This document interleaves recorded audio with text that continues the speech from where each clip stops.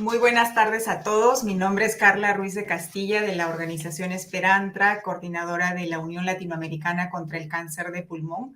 Hoy quiero dar un saludo muy especial a la organización Respirando con Valor de México, a la Fundación de Pacientes de Cáncer de Pulmón de Argentina, a Oncoguía de Brasil, a Fundación Simón de Colombia, a Anasobi de Costa Rica, a la Fundación Héroes de Esperanza de Guatemala, a Alianza de Pacientes de Uruguay, a Sonapac de Panamá, al Foro Nacional de Cáncer de Chile, a Oncolub de Chile y a FUPEC y, por supuesto, a Esperantra, organizaciones fundadoras de esta Unión Latinoamericana contra el Cáncer de Pulmón, que tiene como objetivo mejorar el abordaje del cáncer de pulmón en nuestra región. Hoy tenemos un programa muy especial. Es el rol que juega el equipo multidisciplinario en la detección temprana y el proceso de screening de cáncer de pulmón. Nos acompañan, no sé si me pueden poner por favor la agenda. Muchas gracias. Tendremos primero al doctor Matthew Peters de Australia y su tema es Buenas prácticas en el mundo, el rol que juega el equipo multidisciplinario en la detección temprana y el proceso de screening. Seguido a esto tendremos al doctor Juan Antonio Botero Sacur desde Costa Rica, cuyo tema es rentabilidad diagnóstica para el cáncer de pulmón. Después tendremos al doctor Juan Wisniewski, que se conecta desde Estados Unidos, y el tema es disparidades en el cuidado y los resultados de los pacientes con cáncer pulmonar. Y finalmente tenemos al doctor José Fabián Martínez Herrera, que se conecta desde México y tocará el tema impacto del diagnóstico temprano y las nuevas tecnologías y el tabaco. Quisiera, por favor, presentar al doctor Matthew Peters. Si me pueden poner la biografía, por favor. Muchísimas gracias. El doctor Matthew Peters se conecta desde Australia, es profesor de medicina respiratoria en Macquarie University Hospital y también es jefe de medicina respiratoria en Concord Hospital.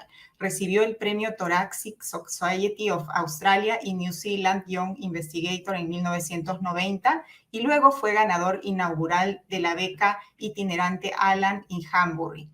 El doctor Matthew Peters ha hecho contribuciones notables en el área de control del tabaco y una mejor atención para los pacientes con cáncer de pulmón. Preside una organización global que ayuda a pacientes con cáncer de pulmón, que es la Global Lung Cancer Coalition, y fue fundamental en la creación de la Red Nacional de Pulmón y Kelly Johnson. Así también alentó y apoyó el establecimiento del Foro de Enfermeras de Cáncer de Pulmón de Australia y Nueva Zelanda. Hoy él se conecta, son las 7 de la mañana del 16 de octubre. Él está un día adelante y bueno, le agradezco muchísimo que se ha levantado tan temprano para poder acompañarnos y compartir sus conocimientos. Damos la bienvenida al doctor Peters. Muchísimas gracias por estar con nosotros. Adelante, por favor. Saturday morning look, but here we are. So Carlo, if you just maybe go through, I'll put some slides together to explain a little bit about the history of the Global Lung Cancer Coalition. And I hope that's helpful to understand where we are. So I think maybe if we just start the slides, if they came through, otherwise we'll just talk. Sí. Antes, para los asistentes que se conectan desde Zoom, pueden cambiar el canal para que puedan escuchar al doctor Peters en español. So, the Global Lung Cancer Coalition began 20 years ago with the aim, I think that's somewhere towards the end. Okay, so we began in 2001 with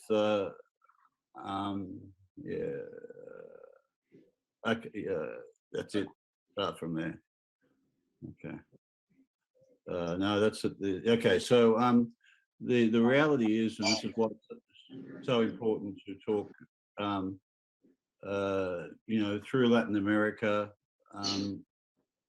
is that whereas lung cancer 100 years ago almost did not exist, lung cancer was extremely rare before smoking became common. And then, of course, it became the biggest problem where smoking was the most. and as smoking in some of those countries, my own country, um, uh, in North America, some parts of Western Europe is dropping. Lung cancer will fall, but will still be a very important cause of illness. In this century, lung cancer will be in Asia, in the Indian subcontinent, a range of low and middle income countries, including across the breadth of Latin America and in Eastern Europe. And therefore, we started as a very sort of Euro-American centric organization, but we recognized from the beginning, if we go to the next slide, that we needed to have a global presence if we really were going to be meaningful. So we've gone on now. I'm not controlling this, am I? No. Okay, so the next slide. Yeah. Okay, so next, yeah, go to the next slide because I talked about that. So we started with the idea that tobacco control, which has been a fair part of my life, is important, but just controlling was not enough to address the lung cancer problem. And governments across the world believed that if they could control smoking, they were doing as much as they possibly could for the problem of lung cancer. But we thought it actually went a lot beyond that, and that patients with lung cancer needed to get as much resources and as much support as any other patient with any other cancer, and any other similar disease with the same impact on individuals. It was also a time where there was a lot of stigma and blame associated with lung cancer. Well, you may have seen or experienced it. You know, well, you got lung cancer. You're an idiot. You smoked. Why are you surprised? So we felt we had to work very hard to overcome stigma. But then our thoughts went, well, yes, we could get rid of stigma, but then so what? So we had some themes that no one in the world deserves lung cancer. And secondly, just getting rid of stigma without doing other things to improve lung cancer outcomes was not enough. So next slide.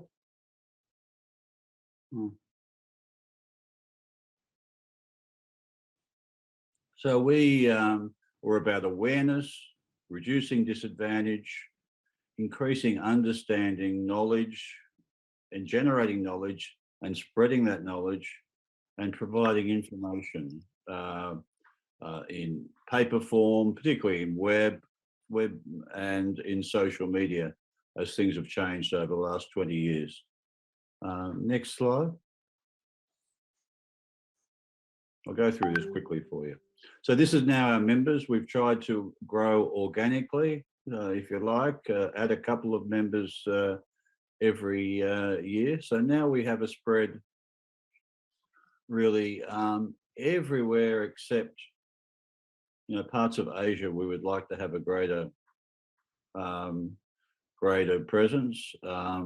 Central America, we've had, now we have a wonderful member from Peru, Argentina, Brazil. This is our second organization we've had as a member from Brazil, from Mexico, and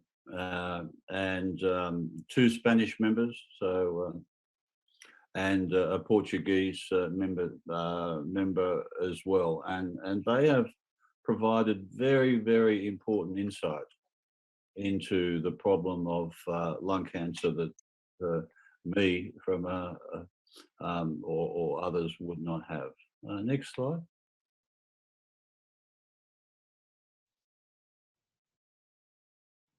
So for the members, and we actively look for member organisations. The standard is not high. We want them to be patient focused and do a large amount of work in lung cancer, and we're actively looking for members in areas that we don't have members at the moment. Where we don't have members at the moment. We want to have as big a reach as we can afford to have. So for our member organisations, we provide information education for them and for their staff.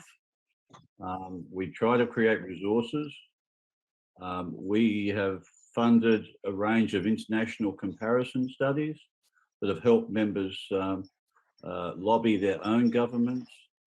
And of course, we have the opportunity to share the things that have worked and also the things that haven't worked, so that organisations can be effective in what they choose to do. Next one. Next, please.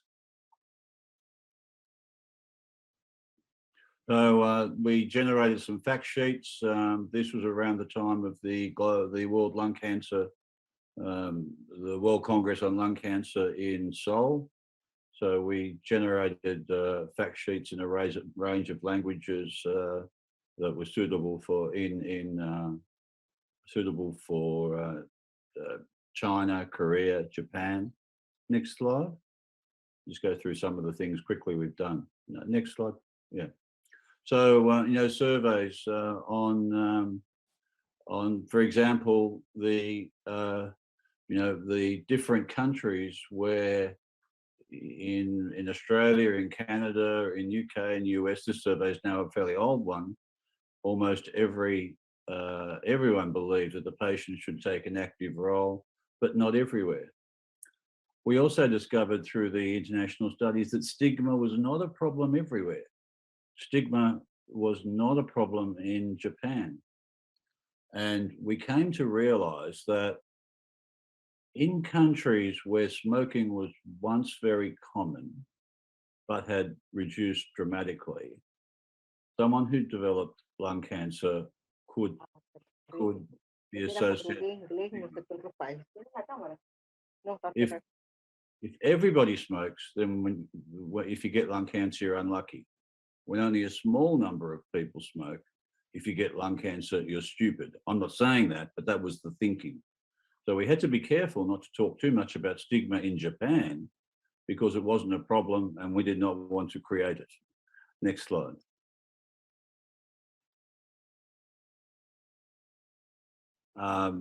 We did a survey, and this is where Australia is the grand champion. So this is again about stigma, asking the question, do you have less sympathy for people with lung cancer than people with other types of cancer? And in my country, Brazil, we just beat Brazil. I see 30% of the people who responded said they are less sympathetic to lung cancer patients than other patients. At the moment, this was just the member organisations that we had at the time. Argentina, of course, a very generous country known to be generous in their spirit, didn't have the same frequency of negative attitudes. Next slide, please. Yeah. So we created the Global Lung Cancer e-Atlas, and this is accessible from the Lung Cancer Coalition.org, the Global Lung Cancer Coalition website, and you can click on all these countries and give you the key features of lung cancer in these countries, again, to facilitate international comparisons where they're helpful for our member organisations. Next slide. And we have not translated this, but we've put a lot of effort into creating documents that would allow member organisations to present a business case to government or to other decision makers for the implementation of national lung cancer screening programs. The two things we can do to prevent lung cancer in the future is to do everything possible for smoking, of course, but also to diagnose lung cancer early at a stage where curative and simpler interventions are possible, rather than have people come with very advanced disease. So this is now accessible from the Global Lung Cancer Coalition website. And it facilitates organisations lobbying their governments to have a proper, well-funded lung cancer screening program in their country. Next, please.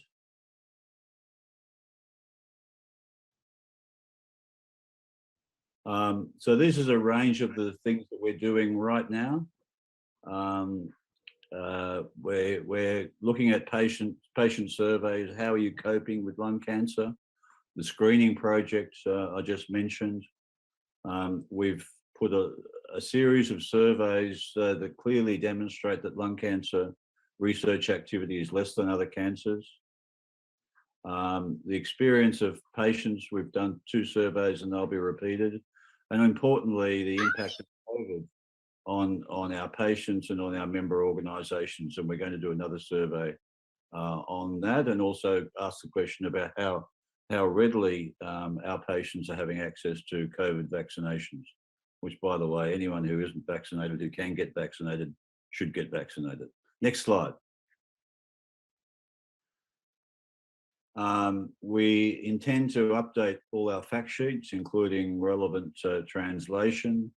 The atlas will be updated, and we have run for a number of years a local, a national, and international journalism award.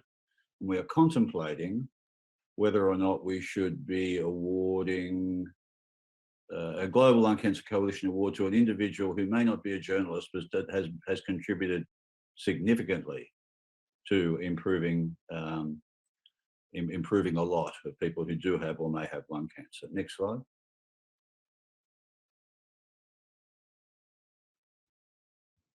Okay, so look, I'll stop there, but it's been a very interesting 20-year journey. We hope that we have brought a range of organisations together.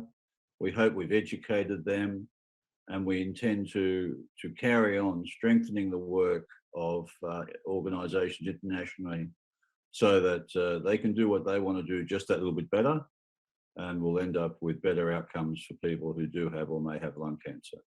There's a long, long way to go. So thank you for all your attention this afternoon.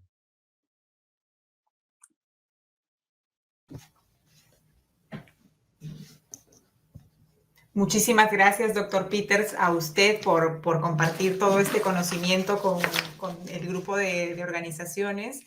Creemos siempre que es muy importante mirar esas buenas prácticas en el mundo y, bueno, no tanto reinventar la rueda, sino mirar qué es lo que está dando resultado y esos buenos ejemplos de asociatividad, esos buenos ejemplos de poder hacer nacer cosas que luego van generando cambios en el mundo. La Global Lung Cancer Coalition tiene proyectos muy, muy interesantes a nivel mundial y creo que están marcando la diferencia para poder hacer también que en nuestros países las cosas puedan mejorar.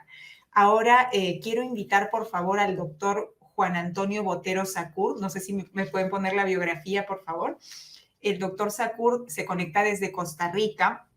Él hizo su bachillerato, su licenciatura y su doctorado en Medicina General y Cirugía por la Universidad de Costa Rica. Es especialista en Medicina Interna, la especialidad es Neumología y Enfermedades Respiratorias, y es especialista en Neumología Intervencionista por la Universidad de Barcelona y médico certificado, especialista en Neumología y miembro de la Sociedad Europea de Neumología desde el año 2013. Le damos la bienvenida al doctor Botero, por favor. Adelante. Muchísimas gracias. Bueno, muy buenas tardes a todos. Bueno, tardes, días, noches, dependiendo de dónde estén en este momento. De verdad, agradecerles muchísimo la oportunidad de estar con ustedes el día de hoy aquí. Y denme un segundito nada más para compartir la pantalla.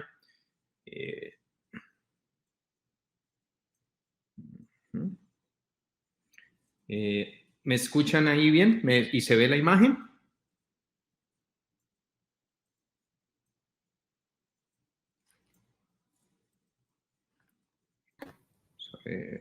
Sí se escucha, ya, doctor. Dame, pero ya lo voy a aquí compartir pantalla y ya lo vamos a tener. Perfecto. Y lo vamos a tener aquí.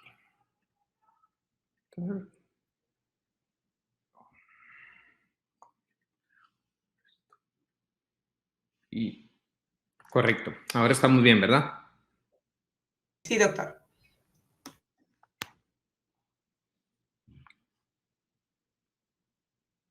Hola, buenas. ¿Sí? ¿Se ve la pantalla? Correcto, doctor. Se ve la pantalla, se ve todo bien. Perfecto, y me escuchan. Bueno, básicamente lo que me pidieron que revisáramos el día de hoy y que la verdad me parece muy importante desde el punto de vista de los pacientes y las personas que están en contacto con ellos es la rentabilidad diagnóstica que tenemos con respecto a diferentes pruebas. Yo les voy a hablar principalmente de lo que hacemos nosotros aquí en Costa Rica. Tenemos un centro de intervencionismo pulmonar y lo que hacemos son pruebas mínimamente invasivas, ¿ok? Y tenemos, pues en realidad tenemos la gran mayoría de las opciones que hay desde el punto de vista diagnóstico y quiero compartírselas. Intenté hacerlo de una manera sencilla para que sea, digamos, entendible para todos nosotros y lo vamos a hacer con algunos videos para que puedan entender un poco qué es lo que hacemos en el día a día. ¿Por qué le damos tanto énfasis a los cánceres de pulmón? Pues probablemente ya conocido por todos ustedes, principalmente porque sigue siendo la enfermedad que genera mayor mortalidad asociada a cáncer en el mundo, aunque en Latinoamérica tenemos muchísima variabilidad de incidencia, pues aún en los lugares con incidencias variables sigue estando entre los primeros lugares de mortalidad. Entonces, es un cáncer que nos llama mucho la atención y es un tipo de tumor cuyo tratamiento ha cambiado de manera significativa en los últimos años. No voy a meterme en toda la parte terapéutica porque la gente de oncología abordará este tema, pero quiero utilizar esta imagen. Imagínense el cambio tan rápido que hemos tenido que en 2002, básicamente lo que necesitaba un patólogo o lo que necesitaba un oncólogo para definir un tratamiento era saber únicamente si el tumor era de células pequeñas o células no pequeñas, porque en la realidad hace tan solo 20 años no había opciones diferentes de tratamiento para esto. Vean entonces, esto es una imagen que es aplicable para muchos de los países de Latinoamérica en este momento y son todas las diferentes opciones de tratamiento que tiene un paciente según su perfil molecular. Y esto está hecho específicamente para algunos países de Latinoamérica porque en algunos países de Europa y Asia existen incluso al menos 10 opciones de tratamiento específico. Entonces, ¿por qué es importante esto para uno como neumólogo? Porque el patólogo va a necesitar mayor cantidad de material para poder hacer el estudio completo. Entonces, para poder evaluar mutaciones de EGFR, de ALK, ROS1, BRAF, NTKR y MET, ¿ok? Y poder hacer mediciones de PDL1. Entonces, el patólogo nos pide más material, el oncólogo necesita estos resultados para definir la mejor opción de tratamiento para sus pacientes y nosotros entonces tenemos que actuar obteniendo mayor cantidad y mejor calidad de tratamiento. Un dato importantísimo a tomar siempre en cuenta, que es, digamos, para recordarlo, y es el porcentaje de sobrevida que tienen los pacientes según el estadio en el que se diagnostiquen. Entonces, por esto es que los diagnósticos más tempranos son significativamente importantes porque mejoran la probabilidad de sobrevida del paciente, pero el problema que tenemos en la actualidad es que los diagnósticos tempranos o localizados corresponden aproximadamente a un 15% de los pacientes, ¿ok? ¿Y por qué es importante esta parte de diagnóstico? Porque entre más tempranamente diagnosticamos la lesión, muchísimo mejor es la sobrevida del paciente. Cuando más tardíamente lo diagnosticamos, peor es el pronóstico desde el punto de vista de sobrevida. Entonces, para un paciente en estadio 1, la sobrevida de 5 años es del 90%, se tiene una muy buena probabilidad de sobrevida y de curación, mientras que para un paciente en estadio 4 y para pacientes en promedio, la sobrevida es del 18%. ¿Cómo hacemos nosotros el diagnóstico? Entonces, estos gráficos me parece que son bastante ilustrativos. Este es el pulmón y cuando nosotros tenemos lesiones que están en la vía aérea central, o sea, que nos permiten llegar a través del árbol bronquial, pues nosotros lo que hacemos es broncoscopía. Y en la broncoscopía lo que hacemos es entrar con un dispositivo que se llama broncoscopio flexible, que es básicamente una manguerita con una cámara, y entramos a través de nariz o boca y vamos hasta el pulmón. Y aquí les voy a enseñar, les voy a compartir esta imagen, que es básicamente cómo se ve una vez que entramos ya en la vía aérea del paciente. Estas son las cuerdas vocales. Ahí es, digamos, después de pasar las cuerdas vocales nos encontramos ya en la tráquea. Y aquí entonces vamos viendo, esta es una broncoscopía hecha por uno de los residentes, entonces por eso no tenemos tan buena imagen, pero vean cómo, entonces cuando encontramos la lesión de estas características, pues realmente la probabilidad diagnóstica o el diagnóstico lo hacemos principalmente con pinzas o con aguja, y esto nos da una rentabilidad diagnóstica que oscila entre el 90 y el 95%. O sea que estas lesiones para nosotros desde el punto de vista técnico son relativamente fáciles de diagnosticar, y estos tumores lamentablemente casi siempre corresponden a tumores avanzados. ¿Qué pasa cuando la lesión es mucho más periférica y tenemos algunos ganglios en las zonas centrales? Estos ganglios nos hablan de algo que se llama una enfermedad que ya no está localizada, sino que se dice, digamos, como una enfermedad extendida hacia la zona gangliosa.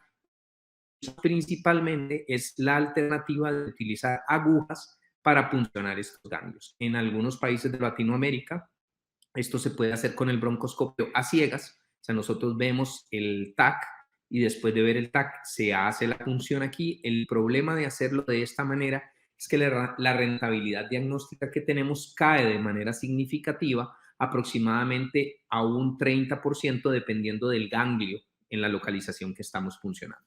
Por otro lado, en nuestro país contamos, y en muchos países de Latinoamérica cuentan con este dispositivo que se llama ultrasonido endobronquial lineal, que lo que me permite es, estando en el árbol bronquial del paciente, poder puncionar este ganglio, pero al puncionarlo, este sería la imagen del ganglio y estamos viendo la aguja cómo entra dentro del ganglio. Cuando hacemos esto, la rentabilidad diagnóstica aumenta arriba del 80%. O sea que tenemos una muy buena posibilidad de hacer un diagnóstico de esto. Y esto es como realmente se ve en vivo. Lo que hacemos nosotros es movilizar la aguja dentro de la lesión, en este caso esta sería la lesión, y tomamos ese material para poder, digamos, a través de succión, para poder, vean cómo se ve moviendo la aguja ahí, esto estamos dentro del pulmón del paciente, esto es con ultrasonido, y esto nos mejora la rentabilidad diagnóstica significativamente y nos permite hacer diagnósticos que van hasta la parte molecular. Este es el tejido que obtenemos. En algunas ocasiones se puede hacer este bloque celular, digamos, en lo que se llama coágulo, o estas imágenes que tienen aquí, que se ven, digamos, mis hijos dicen como chirulitos, pero básicamente son este tejido que es como una lombricita, que es tejido ganglionar lleno de material que puede ser adecuado para estudios, digamos, histológicos, que son los estudios básicos, o para hacer estudios moleculares incluso en caso necesario. Esto es todo lo que hacemos, digamos, cuando se hace la muestra, se puede dividir y enviar, como les decía, para toda la parte de estudios histológicos, para estudios moleculares, y también podemos hacer algunas muestras para cultivos, para la parte molecular y para cultivos y sospechas de otras enfermedades que no, digamos, que presentan ganglios aumentados de tamaño y que no son cáncer de pulmón como tal. Otra de las opciones que tenemos desde el punto de vista diagnóstico es cuando tenemos líquido en el espacio pulmonar, y este líquido que se llama derrame pleural, pues nos permite, número uno, esto es ultrasonido transtorácico, o sea, el paciente está aquí sentado y nosotros lo que estamos haciendo es poniendo una sonda sobre la espalda del paciente, y aquí estamos viendo esto que se ve en esta zona es el diafragma, esto que se ve en esta otra zona que les estoy delimitando es el pulmón, y este espacio negrito que ustedes ven en medio es lo que se conoce como el líquido pleural. Y aquí vemos cómo el pulmón se mueve y cómo el líquido está también, vemos algunos grumitos que se mueven del líquido, y ahí podemos nosotros entrar con una aguja nuevamente y tomar una muestra. Esa muestra nos permite hacer nuevamente un estudio de células llamado citología, o nos permite hacer un bloque celular que nos va a poder dar información en ese sentido. En ocasiones no encontramos el líquido, pero encontramos estos engrosamientos que ven en esta zona. La pleura normalmente mide 1 milímetro, esta pleura mide aproximadamente 2 centímetros, y entonces estas pleuras nos permiten entrar con agujas nuevamente y tomar muestras, tanto estas como estas lesioncitas que están ubicados a este nivel. La rentabilidad diagnóstica de estas muestras cuando las hacemos en tiempo real y viendo el ultrasonido es arriba del 97%, o sea que nos da una muy buena opción. Y en ocasiones encontramos estas lesioncitas aquí. Este es un ultrasonido real donde tenemos el diafragma en esta zona. Esta es una pequeña lesión que está descansando sobre el diafragma. Esto que se ve aquí en la parte de abajo es el pulmón. Nosotros entramos aquí con una aguja y tomamos una muestra de esa lesioncita, obteniendo una rentabilidad del 90%.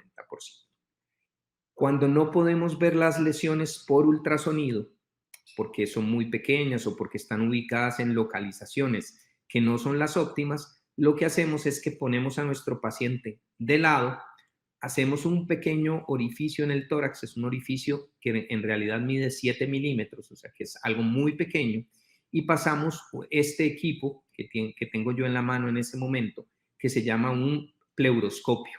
Ese pleuroscopio me permite en esta pantalla ver imágenes del procedimiento que estamos haciendo. En este procedimiento el paciente está únicamente sedado, o sea, el paciente está respirando espontáneamente, hacemos algo que se llama un bloqueo locorregional, o sea, que anestesiamos esta zona y tomamos las muestras que necesitemos. Y les voy a enseñar, este es un video de cómo se ve, esto es el espacio pleural, esta es la pinza, si de hecho ven la parte, el reflejo de la, digamos, que tenemos en la pantalla, aquí está nuestro paciente acostado y aquí estamos nosotros haciendo el procedimiento, esto es lo que se ve en la imagen y ahí lo que estamos haciendo entonces es tomando con esta pinza una muestra de este tejido, que es tejido pleural. Esto tiene un aumento de 5 veces, o sea, esa biopsia que nosotros tomamos realmente mide únicamente 1 centímetro y aquí estamos básicamente viendo la cavidad torácica por dentro y estamos tomando esta muestra que es suficiente para todos los estudios que necesitamos. Estas lesiones punteadas que vieron en algún momento correlacionan con la presencia de enfermedad tumoral y la rentabilidad de estos procedimientos, pues nuevamente es arriba del 95%. Estas son diferentes. Esta es obviamente una pleura mucho más afectada, donde vemos que la biopsia es relativamente sencilla.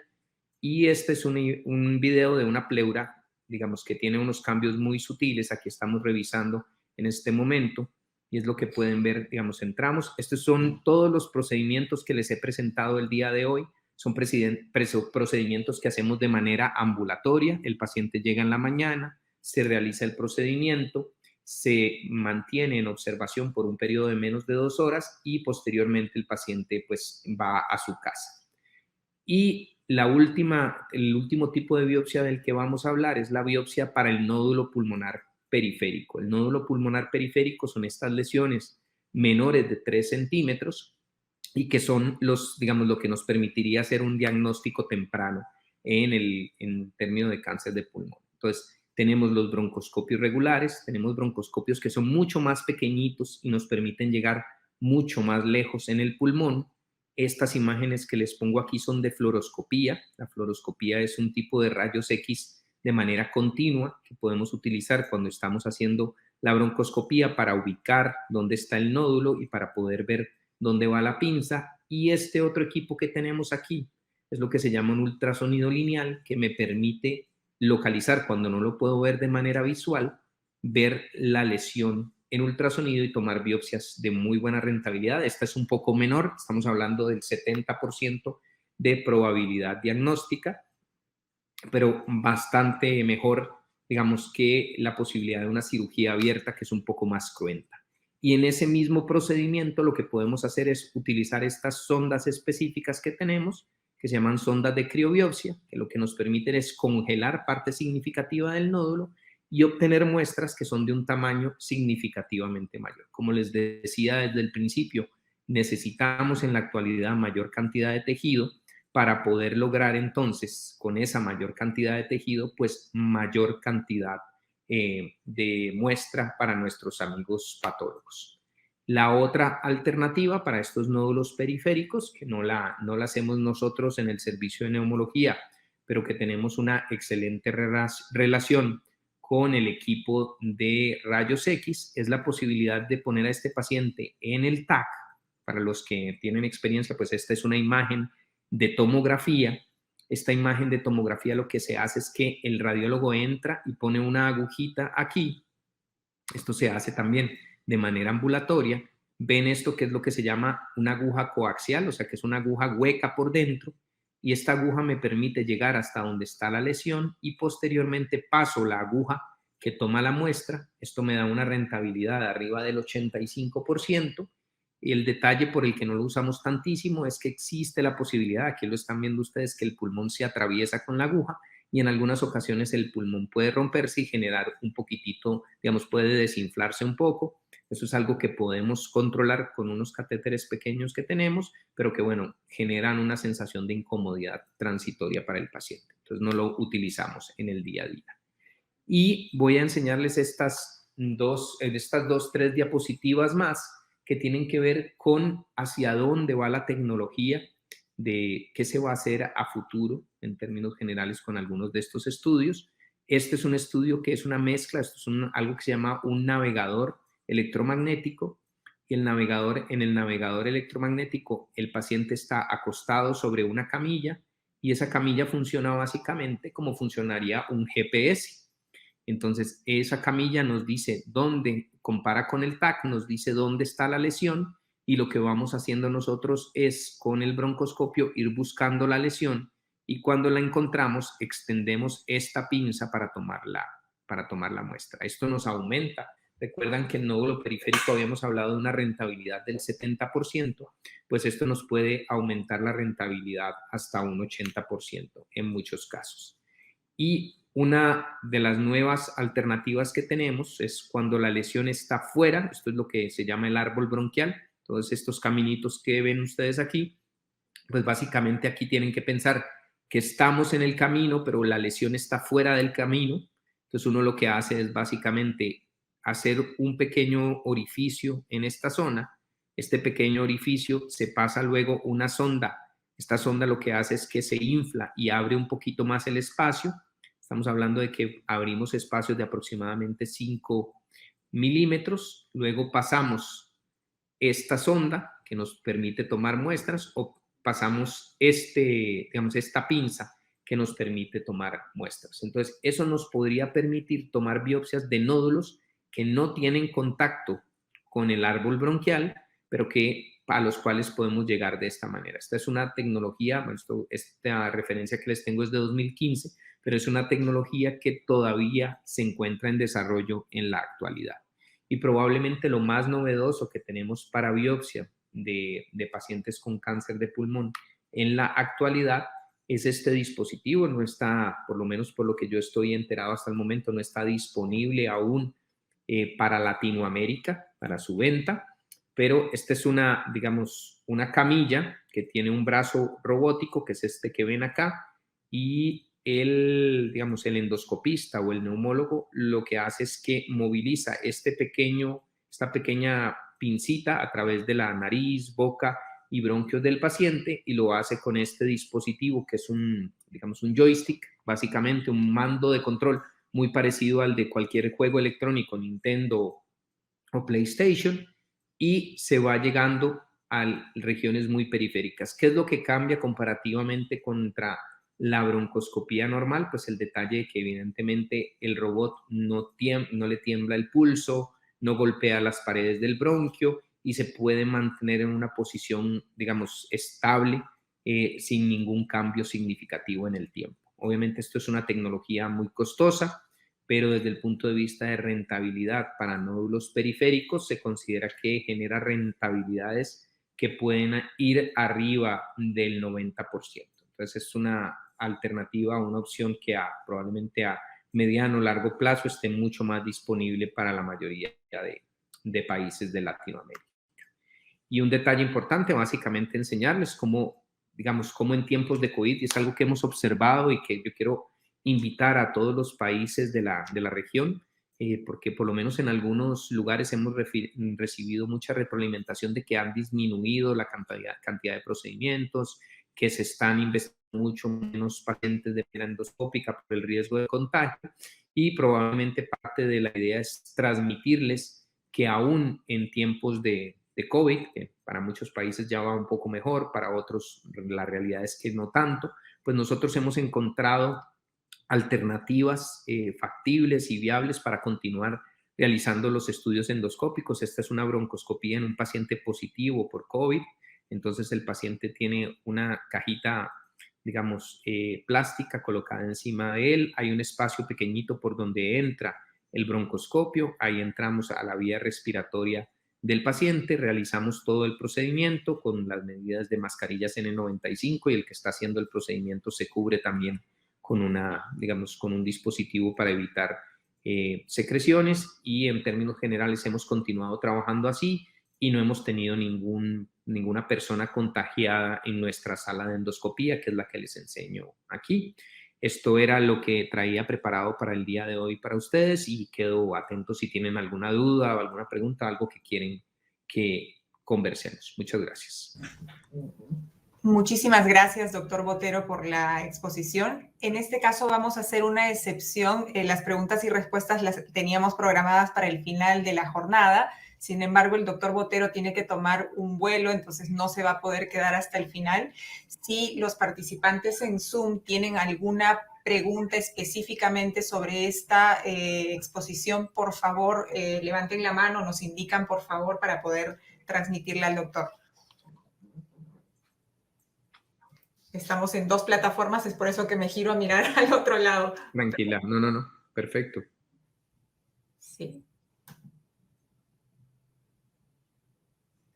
Doctor, sobre la rentabilidad diagnóstica de las broncoscopías y de todo esto que nos ha explicado, si tuviéramos que tener como una política a nivel regional, que obviamente pueda ser hecha por nuestros países en las condiciones económicas que tenemos, ¿no?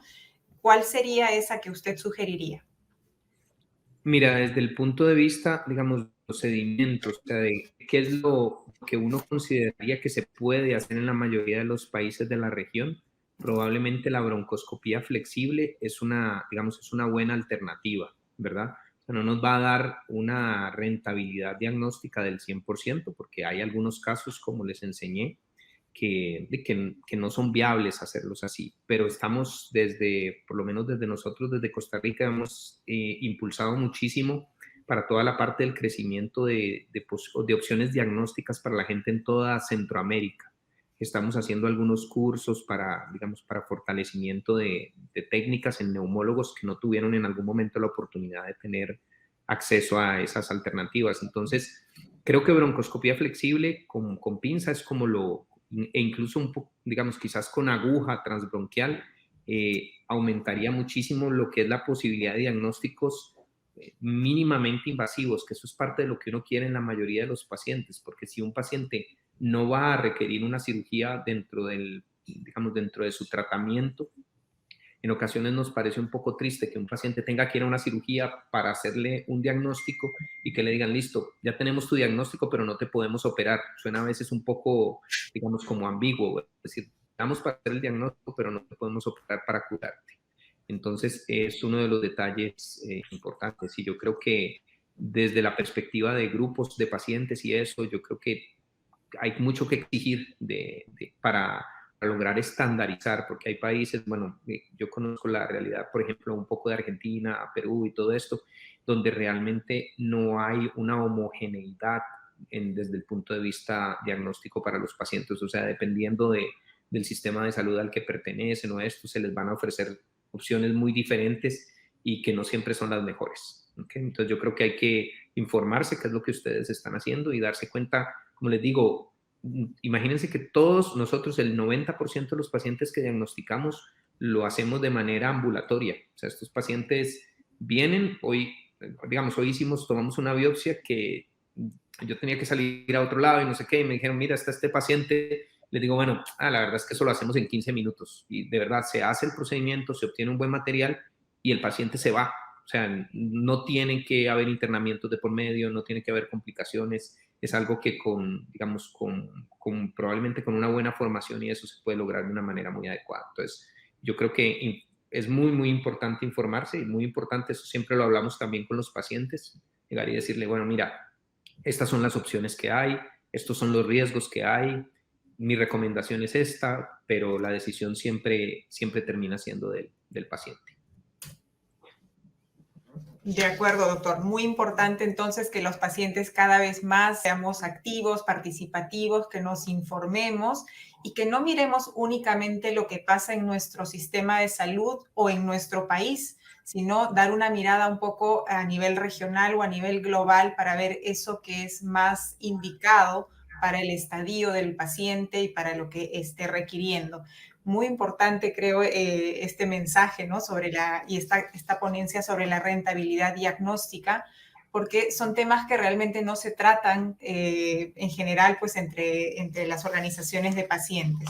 Doctor Botero, súper agradecida sobre la ponencia que ha tenido. Muchísimas gracias por estar con nosotros. Creemos siempre que el sistema de salud de Costa Rica es uno de los más admirables, ¿no? En la región. Creo que brinda mucho acceso, que puede responder realmente a lo que los pacientes necesitan, y tenerlo hoy día ha sido realmente un honor. Muchísimas gracias por compartir con nosotros.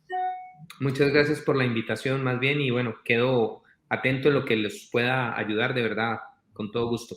Okay. Claro que sí. Gracias, doctor. Ahora le damos la bienvenida al doctor Juan Wisniewski. No sé si pueden displayar, por favor, la biografía del doctor. El doctor se conecta desde los Estados Unidos. Él es neumólogo y epidemiólogo clínico. Su investigación se centra en el asma, la epidemiología del cáncer y la investigación de resultados. Ha publicado varios manuscritos de datos que colaboran y abordan cuestiones relacionadas al diagnóstico, tratamiento y las disparidades en la atención y los resultados de los pacientes con cáncer de pulmón.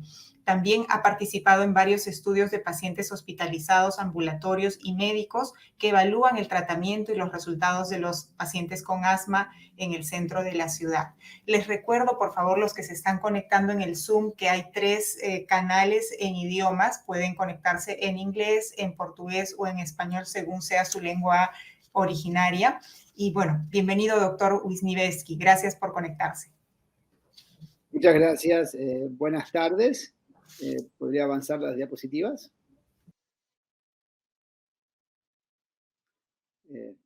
Creo que las diapositivas las tienen ustedes, por favor.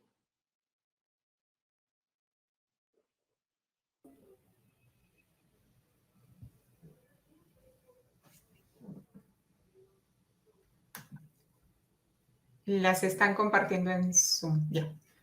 Muchas gracias. Gracias, doctor.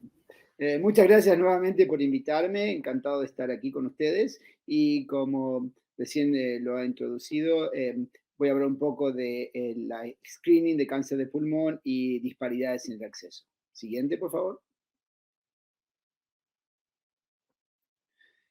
Desafortunadamente, hay severas disparidades con respecto a la mortalidad de cáncer de pulmón, como muestra esta diapositiva. Particularmente los grupos afroamericanos tienen mayor mortalidad con respecto a los blancos.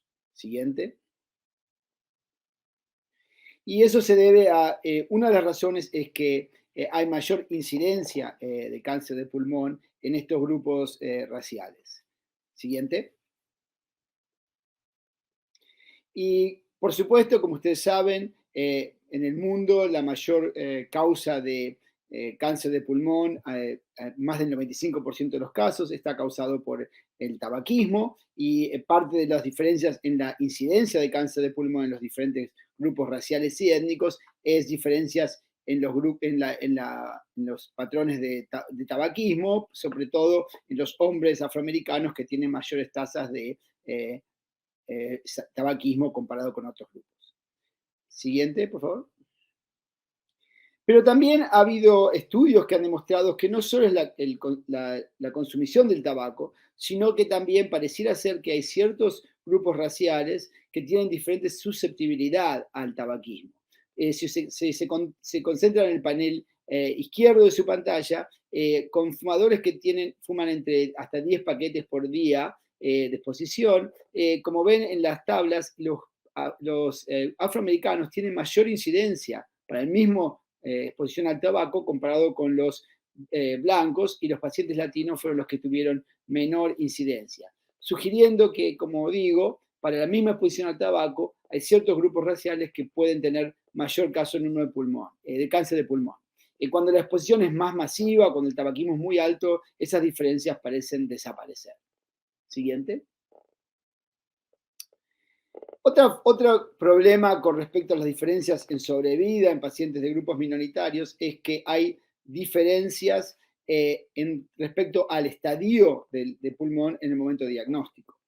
Como ustedes saben, uno de los predictores más importantes para la sobrevida de cáncer de pulmón es en qué estadio se diagnostica. mientras que los pacientes con tumores localizados pueden tener sobrevidas a 5 años del 70-80%, los pacientes que se diagnostican con metástasis, como sería en la columna más a la derecha, tienen sobrevidas a 5 años, que es alrededor solamente del 10%. Entonces, como muestra en las barras negras y blancas, en la categoría distante, los pacientes que de grupos minoritarios tienen mayor chance de diagnosticarse con estadio 4 con respecto a los blancos. Siguiente, por favor. Bueno, en los últimos años ha habido realmente un cambio enorme en las posibilidades de mejorar la sobrevida de los pacientes de cáncer de pulmón.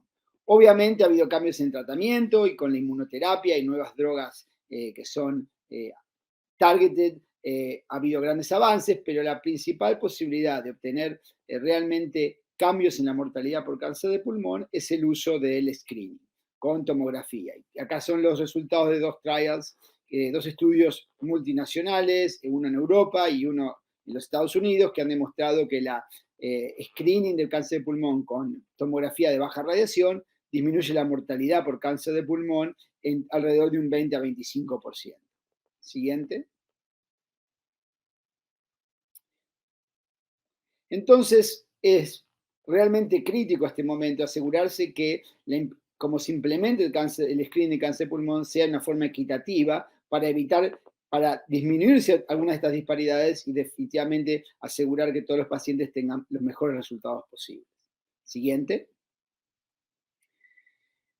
¿Cómo está la adopción de cáncer de pulmón, screening de cáncer de pulmón? Lamentablemente es bastante lenta. Estas gráfico muestra desde 1913 a 1918 cuál ha sido el porcentaje de pacientes que son candidatos para screening que han sido recibidos screening en el último año. Como se ven, solamente el 17% de esos pacientes, o alrededor de 1 en 6, ha recibido screening para cáncer de pulmón, comparado con otros estudios como la mamografía o el screening para cáncer de colon, que tiene una incidencia aproximadamente del 70%. Entonces, realmente hay mucho progreso por hacer en el campo de la adopción de screening para cáncer de pulmón.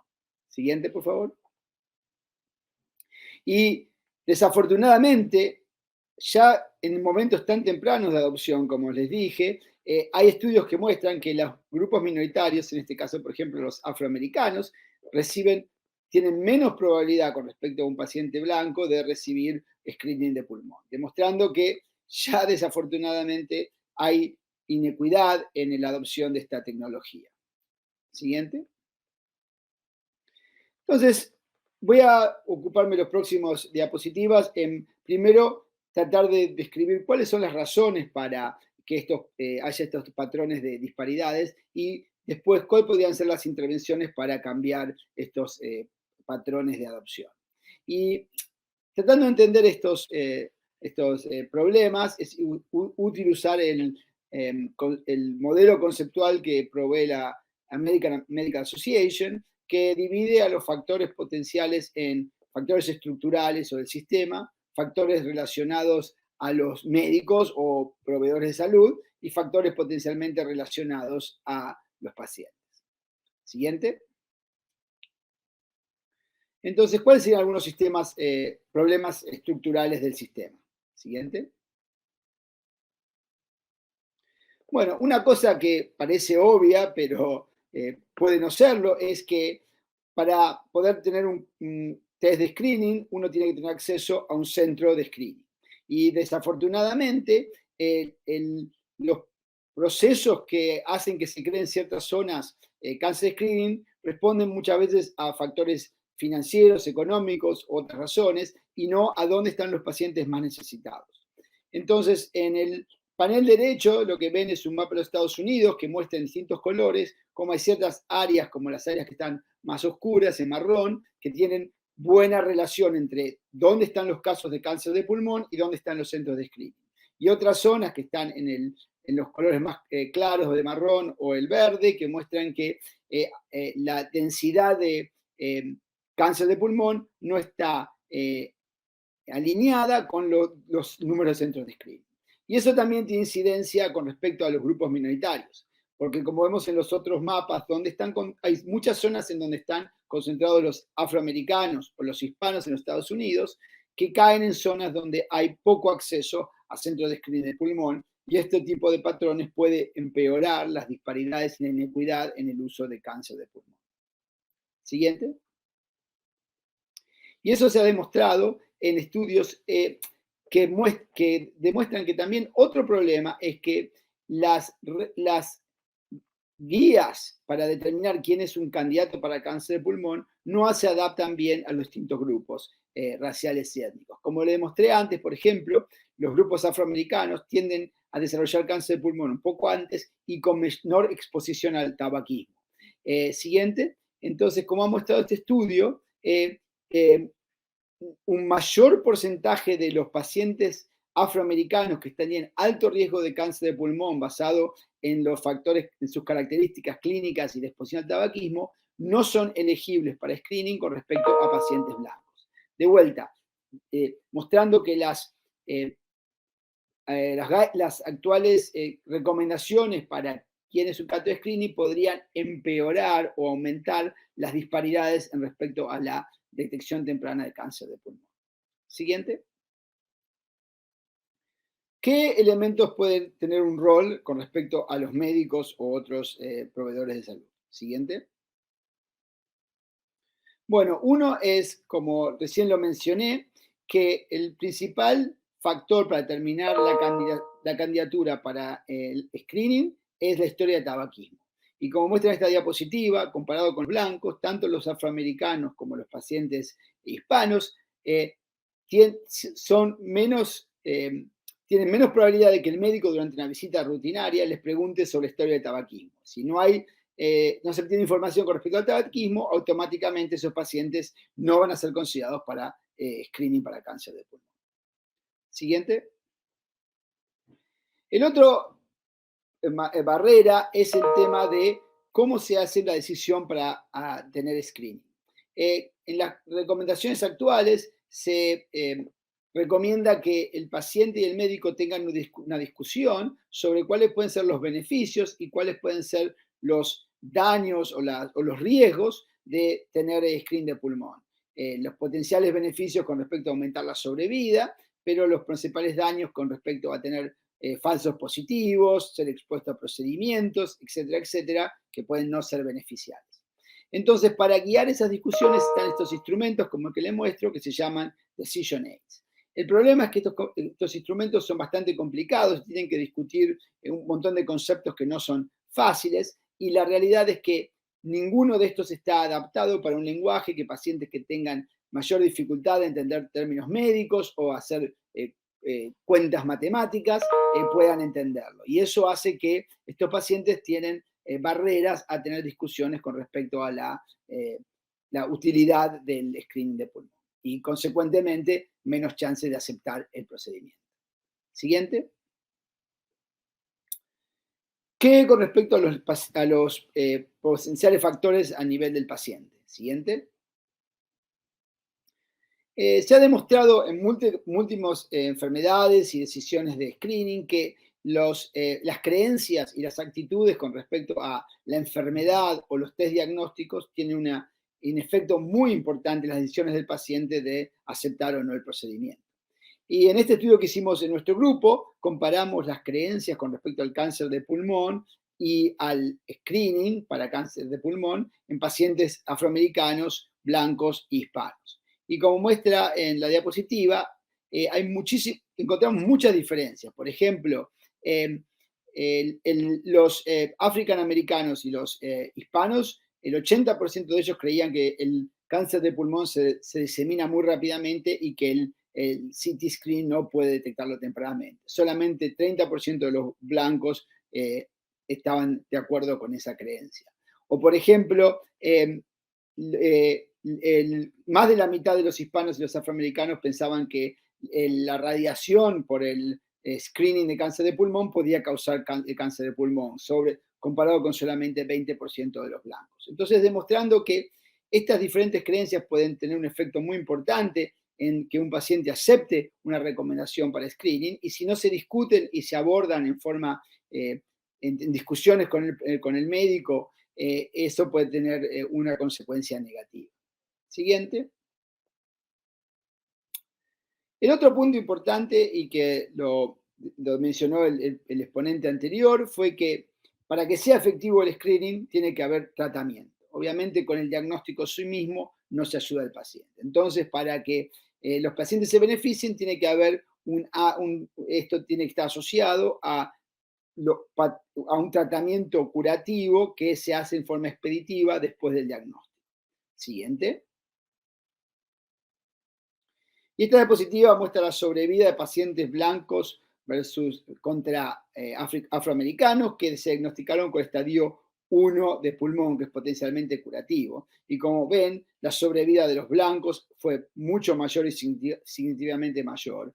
Y eso se debió principalmente en este estudio, que tenía más de 60.000 pacientes, a que los pacientes afroamericanos tuvieron menos probabilidad de recibir cirugía con respecto a los blancos. Entonces muestra que de vuelta no solo es en cómo se adopta y se implementa el screening, sino cómo se adopta y se implementa el tratamiento después del diagnóstico para asegurar que los pacientes de grupos minoritarios tengan un resultado positivo. ¿Sí? Siguiente, por favor. Y esto desafortunadamente lo demostramos en otra investigación, mismo en pacientes que participaban en un estudio de lung cancer screening. Estos entre mismos pacientes que tuvieron el entusiasmo de enrolarse en un estudio y participar en screening, como ven en la barra del medio, los hombres afroamericanos tenían un 20% menor probabilidad de recibir un tratamiento para el cáncer de pulmón comparado con los otros grupos. Siguiente. Y en un estudio que hicimos en Nueva York, demostramos que la falta de confianza o el recelo con respecto a los proveedores de salud era uno de los factores que explicaba hasta un 30% de las diferencias entre los patrones de tratamiento entre los pacientes minoritarios y los blancos en este cohorte. Entonces, digamos, esto es un punto para tratar de... muchas veces estos pacientes, por experiencias de discriminación, tienen poca confianza en el sistema médico. Y eso hace que sean menos, tengan menos probabilidad de aceptar las recomendaciones médicas y recibir los beneficios de los tratamientos. Siguiente. Entonces, claramente necesitamos un cambio en cómo uno enfrenta estos temas para lograr que todos los grupos haya equidad en los resultados del cáncer de pulmón. Siguiente. Entonces, ¿cuáles podrían ser algunas alternativas que se han utilizado hasta este momento para mejorar el acceso al screening de pulmón entre pacientes de grupos minoritarios? Siguiente. Uno es que, basado en los datos que les mostré anteriormente, en diferencias de los diferentes grupos con respecto a ser candidatos para screening de pulmón, los Estados Unidos hace poco ha renovado las indicaciones para cáncer de pulmón. Mientras que antes los pacientes que eran candidatos tenían que ser entre 55 y 80 años, dado que muchos grupos minoritarios tenían cáncer a edades más tempranas, esa recomendación se cambió a pacientes entre 50 y 80 años. También, como demostré, como los afroamericanos tienen mayor tendencia a desarrollar cáncer de pulmón con menor tabaquismo, en respuesta a esto, la indicación ahora es que antes tenían que ser fumadores de más de 30 paquetes años, o sea, fumar un paquete por día por más de 30 años, por ejemplo. Ahora, con 20 paquetes años, o por ejemplo, fumar un paquete por día por lo menos por 20 años, un paciente sería candidato a hacer screening. Y eso ha aumentado en un 97% la cantidad de pacientes minoritarios, de grupos minoritarios que son candidatos ahora para screening de cáncer de pulmón, y eso ha aumentado potencialmente entonces el número de ellos que pueden ser beneficiados por el screening. Próxima slide. Otro grupo hizo un estudio randomizado en lo que tomó pacientes de grupos minoritarios y los randomizó a recibir soporte de lo que se llama un navegador de pacientes o control. Y los navegadores de pacientes son generalmente personas que no tienen ningún entrenamiento médico, sino que reciben un pequeño entrenamiento para hacer estas funciones, que son gente de la misma comunidad que los pacientes que uno quiere ayudar, y que se hacen múltiples interacciones con los pacientes para ayudarlos a completar un tema. En este caso, por ejemplo, los navegadores ayudaban a los pacientes a tomar la decisión en forma compartida si querían o no tener screening, le ayudaban a organizar, arreglar una visita con un médico o un proveedor de salud para discutir el screening y tener, por ejemplo, un potencial referral, que le ordenen un screening, y finalmente ayudaba al paciente a organizar la visita para la tomografía, arreglar algún tema de transporte que pudiera tener, etcétera, etcétera, todo lo que necesitaba. Y como ven en el panel derecho, siguiente,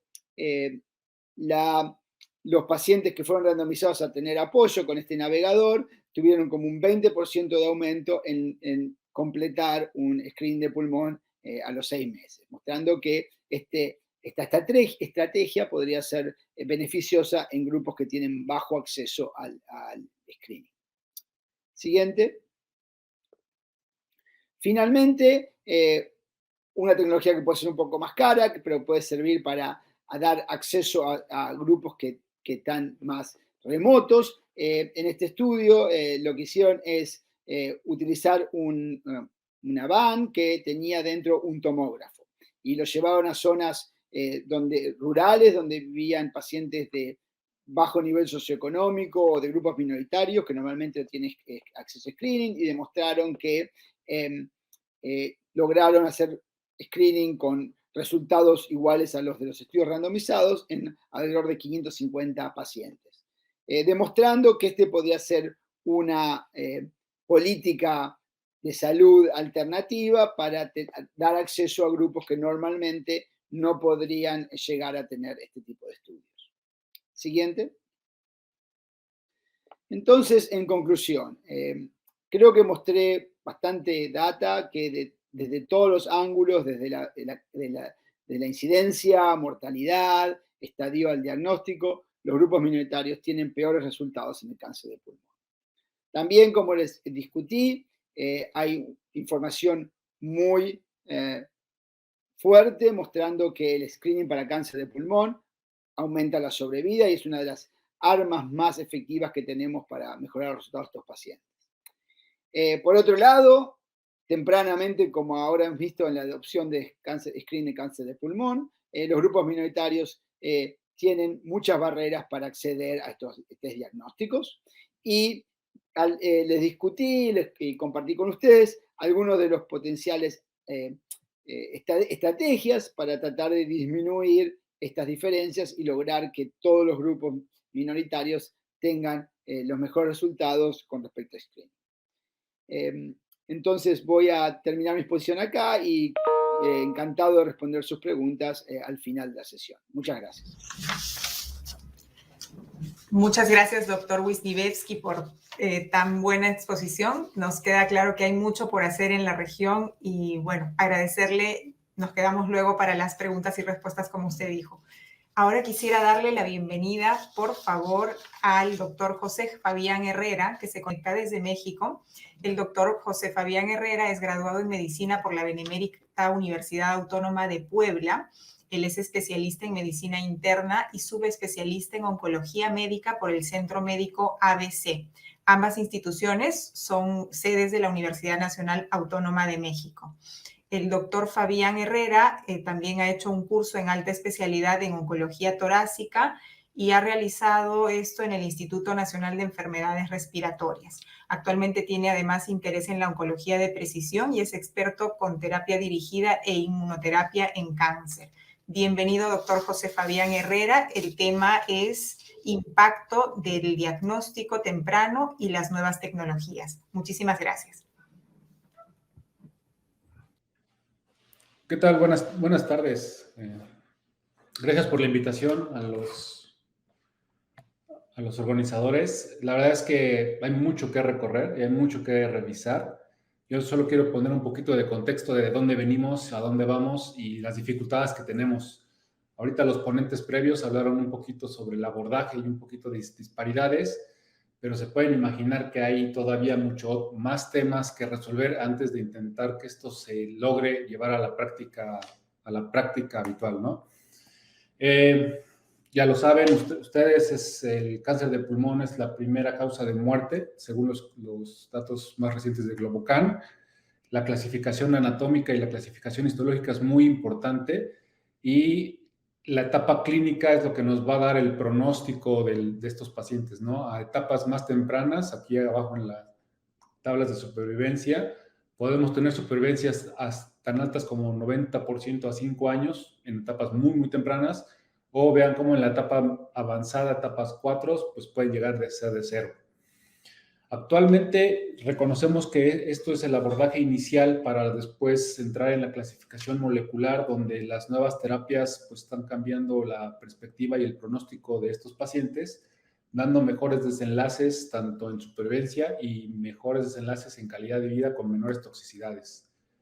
Ya se mencionó, el tabaquismo es el factor de riesgo más importante en todos los casos de cáncer de pulmón, tanto de células pequeñas como de no pequeñas, y en cada una de las variedades pueden ver que el porcentaje es mucho más alto de participación del tabaco, ¿no? Sin embargo, hay un porcentaje de pacientes, obviamente estas son gráficas de estudios anglosajones o de poblaciones caucásicas, y las poblaciones latinas o las poblaciones asiáticas tienen un espectro un poco diferente, en donde hay otros factores de riesgo que hay que tomar en cuenta. La radioterapia, los tóxicos ambientales, enfermedades inflamatorias, ¿no? La historia familiar, hay algunos factores dietéticos que se han querido asociar y algunas otras enfermedades también son factores de riesgos importantes a considerar en el abordaje de cada paciente. Por ejemplo, en la América Latina, la exposición al humo de leña o a la combustión de hidrocarburos es un factor de riesgo que se está reconociendo o se reconoce en la clínica, pero que epidemiológicamente le ha faltado asociación, una fuerte asociación, porque obviamente falta la dosis de exposición y el tiempo, y es característico de poblaciones que tienen una condición socioeconómica desfavorable. Esto es el por qué es importante hablar de prevención y de screening, pues porque obviamente solo un 25% en poblaciones caucásicas se van a diagnosticar en etapas tempranas y generalmente es en pacientes asintomáticos de manera incidental. Sin embargo, en México y en muchas partes de Latinoamérica se calcula y se estima, porque no tenemos unos datos tan sólidos como en Europa y en Estados Unidos, donde más del 90% se diagnostican en etapas avanzadas. Hay reportes en México donde en centros de alta concentración pueden alcanzar en algunos años diagnósticos del 65% en etapas avanzadas, considerando que tienen todo el equipo multidisciplinario del neumólogo, el radiooncólogo, el radiología intervencionista, cirugía de tórax, donde se puede abordar mucho más rápido a los pacientes. Y esto se relaciona obviamente a que el tumor tiene síntomas o esta enfermedad tiene síntomas relacionados al tumor primario, a las metástasis, a los síndromes paraneoplásicos que usualmente es complicado abordar de manera inicial. Vean cómo con la etapa se relaciona muy bien con la supervivencia, con la expectativa de supervivencia de 5 años, y es el porqué y el motivo del porqué a un diagnóstico más temprano, pues debemos de poder alcanzar un mejor desenlace para estos pacientes. Hay que definir tamizaje, es una estrategia que se aplica a una población para detectar una enfermedad, pero esta población tiene que tener ciertas condiciones. Primero es que la población está asintomática. Cuando tiene síntomas ya no es tamizaje, es diagnóstico, ¿no? Y que además debemos de ir dirigidos a disminuir el riesgo de morir, en este caso por X cáncer. Entonces es importante mencionar la población, el riesgo que queremos disminuir y obviamente que están asintomáticos.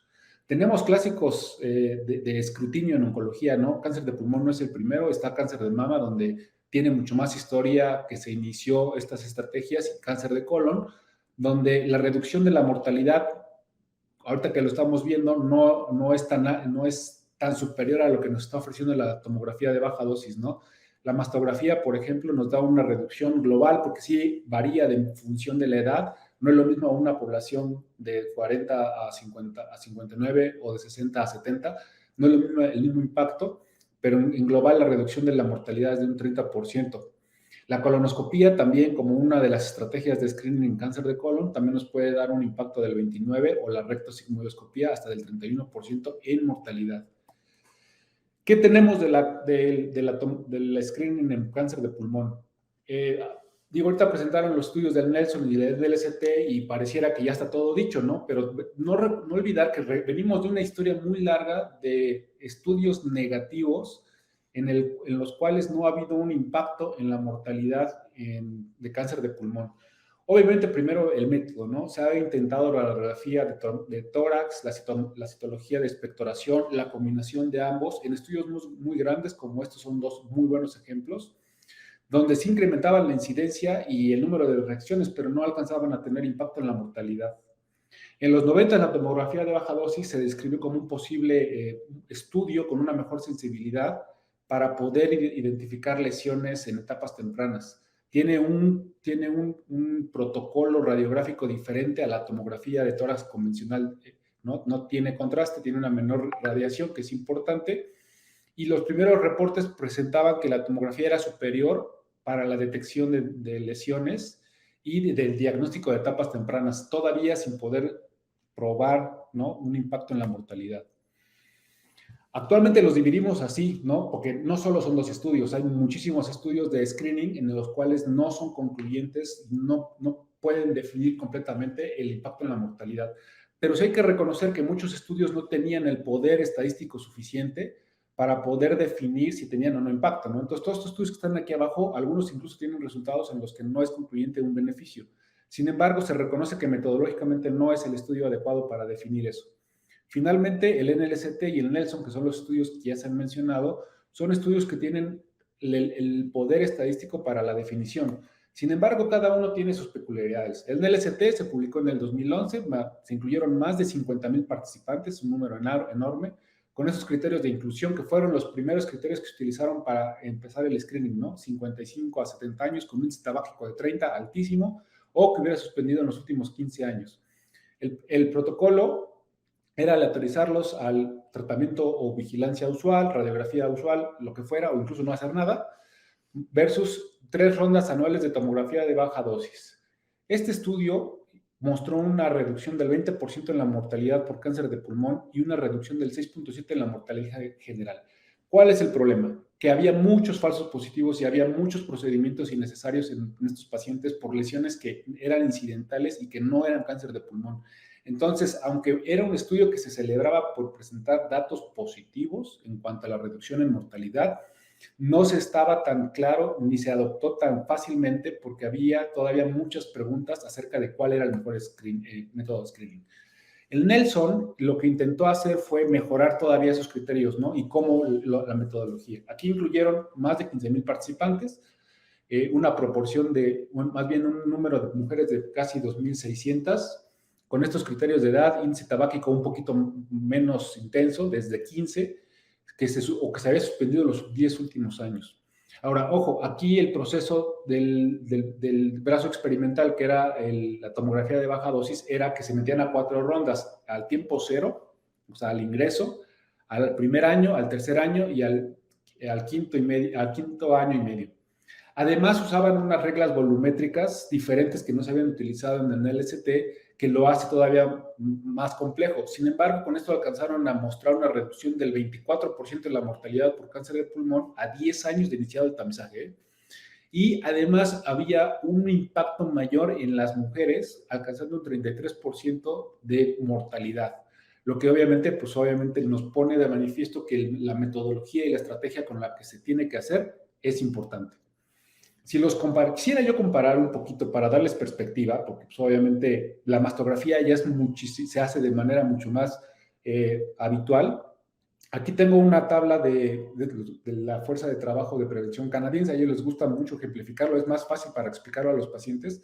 Si yo invitara a 1,000 pacientes, a 1,000 mujeres entre 40 y 49 años a realizarse mastografías de manera anual por 7 años, vería que todos los que están en azul tendrían un estudio positivo. Todas las demás tendrían estudios negativos, ¿no? Ahora, de todos estos positivos, de todas estas pacientes, que son casi 300 pacientes, 43 tendrían biopsias que son innecesarias, 7 serían diagnosticadas con cáncer, de las cuales 3 serían tratados por un cáncer que no los hubiera matado y se hubiera prevenido una muerte por cáncer. Si lo comparo con la tomografía de baja dosis, igual, si invitara yo a 1000 participantes por año, pueden ver que los azules son aquellos que tienen un estudio positivo. Quiere decir que el estudio tiene una normalidad que los va a llevar a algún procedimiento.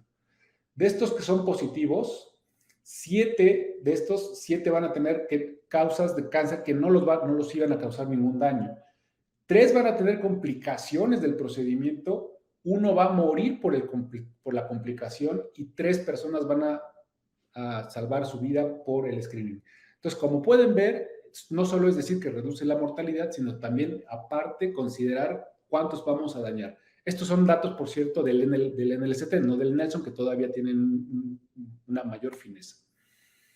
Pusieron ya los criterios de la NSCN y los de la Fuerza de Prevención Americana, y sí varían un poquito, ya mejoraron, ya incluyen pacientes que están a partir de 50 años, pero otra vez, esta población es una población prácticamente que deriva de poblaciones caucásicas, donde los criterios de inclusión de alto riesgo eran pacientes fumadores, fuertes fumadores, caucásicos.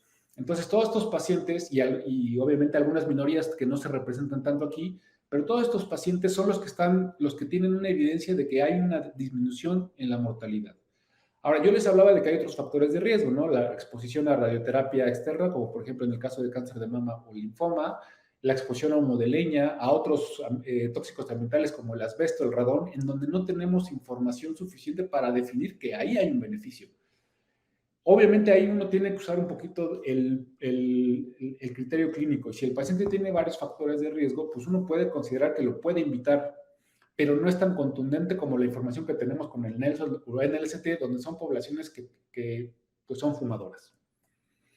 ¿Cuáles son los posibles riesgos y los beneficios que tenemos de esto, no? Obviamente los riesgos es que podemos tener detección de lesiones indolentes, la calidad de la vida se puede afectar por la ansiedad generada por los hallazgos de falsos negativos y falsos positivos, las complicaciones físicas por el abordaje, procedimientos y pruebas innecesarias, exposición a radiación, que yo sé que aunque es una radiación que nosotros consideramos que es inocua y que a la larga no va a producir un daño, eso es en la mayoría de los casos, no lo podemos asegurar en todos. Y los costos, no es lo mismo la mastografía, el Papa Nicolau o incluso la colonoscopía que unas tomografías de baja dosis.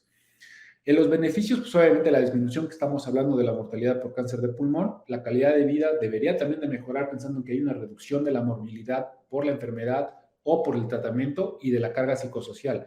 Y potencialmente la evaluación de otros riesgos ocultos como nódulo tiroideo, enfermedad coronaria severa silenciosa, cáncer renal temprano, aneurismas aórticos o incluso cáncer de mama. Tenemos varios retos, ¿no? Obviamente, lo de los falsos positivos, todavía tenemos que considerar cuál es la mejor estrategia para poder disminuir los falsos positivos y evitar sobrediagnóstico y la poca participación.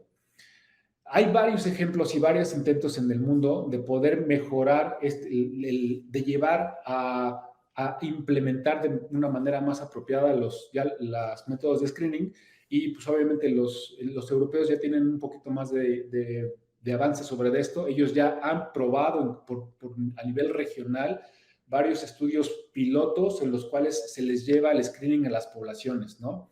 Y así como mencionaban, ¿no? Que llevaban en este caso el tomógrafo móvil, pues ellos lo han llevado a diversos lugares para tratar de mostrar este beneficio se puede llevar a nivel comunitario, porque esto lo hemos mostrado sobre todo en grandes centros de concentración. Y ustedes me podrían decir, oye, ¿y en la América Latina esto cómo está? En América Latina tenemos primero una duda grande. Tenemos una incidencia de enfermedades granulomatosas como tuberculosis, coccidioidomicosis, enfermedades infecciosas micóticas, que nos pueden dar hallazgos en las tomografías que pueden ser muy complicados de distinguir entre lesiones tumorales o enfermedades infecciosas.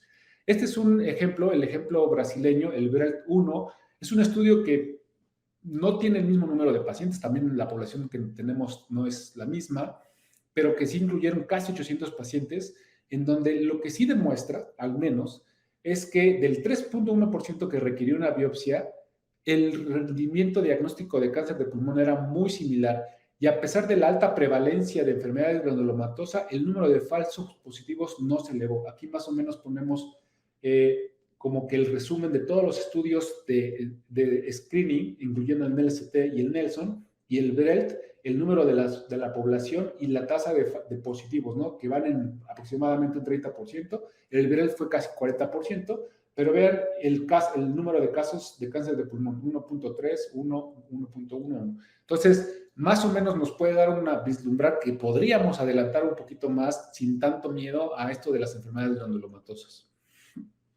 ¿Por qué es importante esto? Digo, no es la idea hablar de tratamiento, pero como se mencionaba, va a haber opciones, va a haber cada vez más opciones de tratamiento. Este es el caso del estudio PACIFIC, en el que están abordando pacientes con etapa 3 irresecables, ¿no?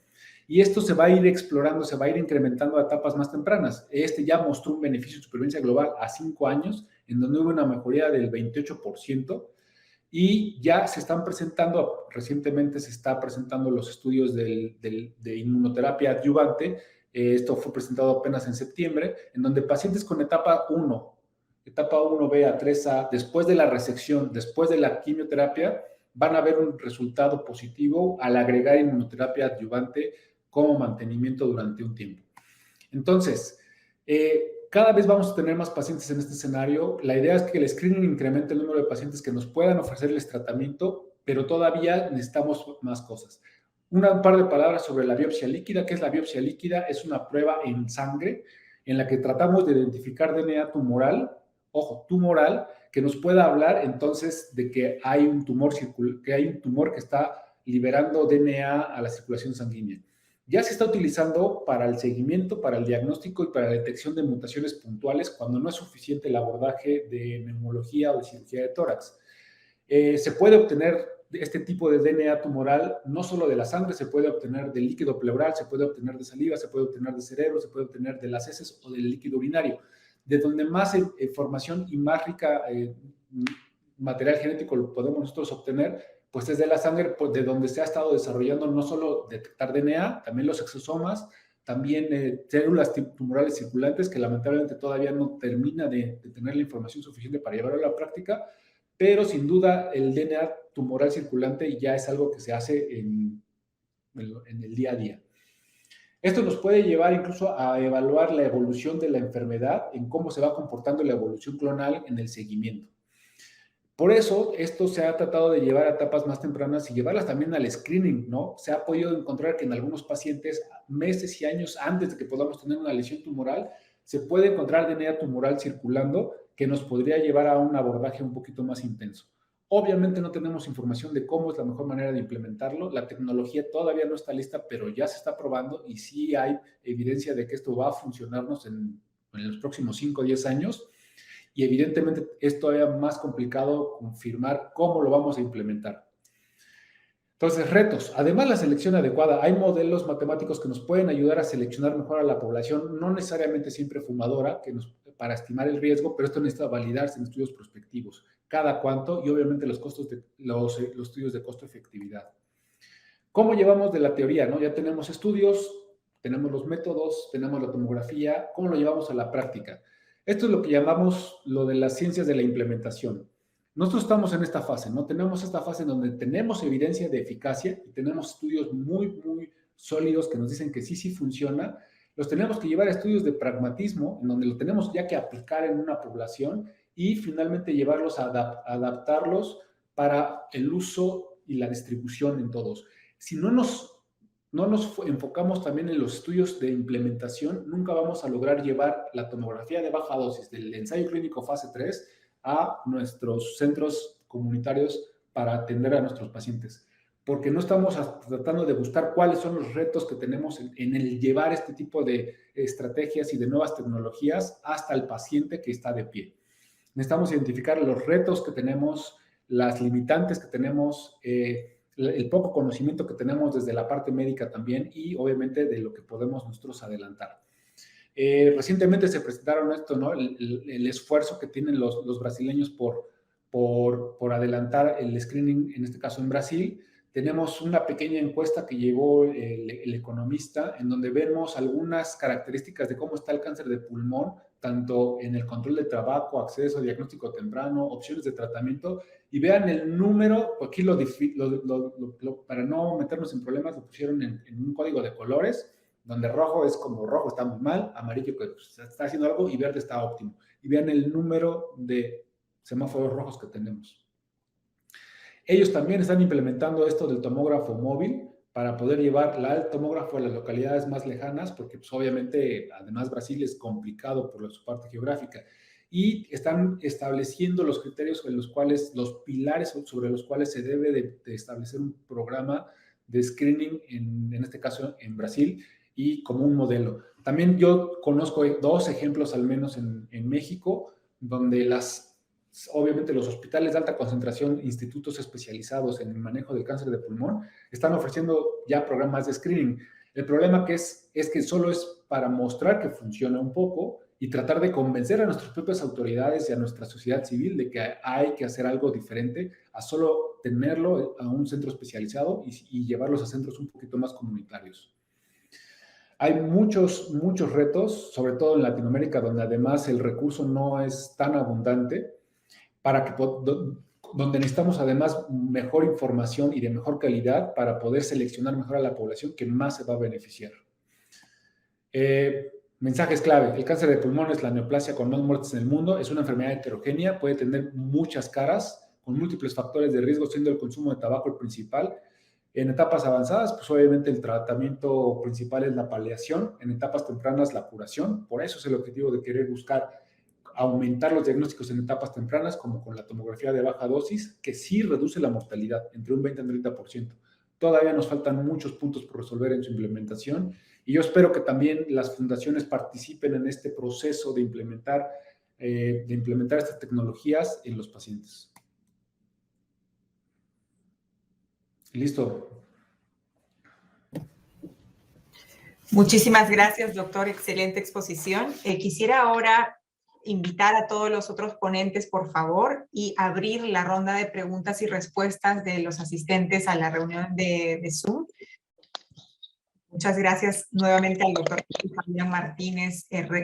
José Fabián Martínez Herrera, al doctor Wisniewski, al doctor Peters, que todavía sigue con nosotros, y el doctor Botero, que tuvo que salir de viaje. Abrimos, por favor, las preguntas. No sé si hay alguien que quisiera consultar algo. Mientras tanto, si no, le damos la palabra al doctor Peters, que tiene una mirada global, un poco para que nos comente qué le pareció. Yo quería preguntar algo, no sé cómo levantar la mano en esta cosa, Carlos. Directamente Bueno, ya tienes gracias por la ponencia, mi nombre es Tatiana. Tatiana, te pido por favor que digas el país, tu nombre y la pregunta. Gracias. Perfecto. Mi nombre es Tatiana, yo trabajo en una agrupación de pacientes de Chile. Entonces estamos trabajando en programas de screening temprano para el cáncer de pulmón. Y mi pregunta es, ¿qué opinan ustedes que sería con mayor impacto para trabajar? Educar a los pacientes sobre los síntomas que ustedes nos mencionaron que eran muy diversos, o educar a los centros de salud familiar locales para que puedan reconocer tempranamente los síntomas de esta enfermedad. Si nos pueden sugerir algo desde la experiencia de las investigaciones que nos mostraron, por favor. Gracias. Gracias, Tatiana. We believe there should be a combination. The general public need to be aware of important respiratory symptoms, and we've run campaigns, cough, so that would attract the attention of medical practitioners, and we hope that then medical practitioners would do appropriate investigations. That would be impactful, because the sooner somebody with a lung cancer related cough gets to a diagnosis, the better the treatment options and the better the outcome. But we also have to remember that lung cancer, through most of its development, produces no symptoms at all. And that is where lung cancer screening for eligible populations complements the value of getting a symptom-based diagnosis as soon as possible. So I think we have to do both. And to do one without doing the other does not make the most sense. Gracias, doctor Peters. Perdón, yo quisiera hacer un comentario. Digo, totalmente de acuerdo, se requiere un abordaje combinado, ¿no? De educación, tanto a la población como a los médicos. Pero yo sí quisiera remarcar que nosotros, al menos en México, sí podemos identificar que los médicos que practican medicina familiar o medicina general a veces no tienen el conocimiento adecuado para poder discernir rápidamente un paciente que tenga un riesgo incrementado de cáncer de pulmón cuando tiene síntomas. De hecho, la mediana de diagnóstico llega a pasar más allá de meses de cuando se tienen los primeros síntomas o se identifica un paciente con tos crónica que se define de más de 3 semanas, asociada a otros síntomas, como para que el paciente empiece un abordaje diagnóstico apropiado. Aunque se hace el esfuerzo, obviamente, por la educación a la población, que finalmente es necesario, yo sí estresaría todavía más la educación apropiada hacia el médico de primer contacto, porque finalmente ellos van a identificar rápidamente un paciente que se pueda beneficiar de estudios de abordaje diagnóstico apropiados, o de identificar personas en la población que tengan un riesgo incrementado por las características que tiene clínicas, ¿no? Más allá de solo porque fuma mucho, sino también por otras cuestiones como el sexo, la edad, la exposición ambiental o la exposición laboral.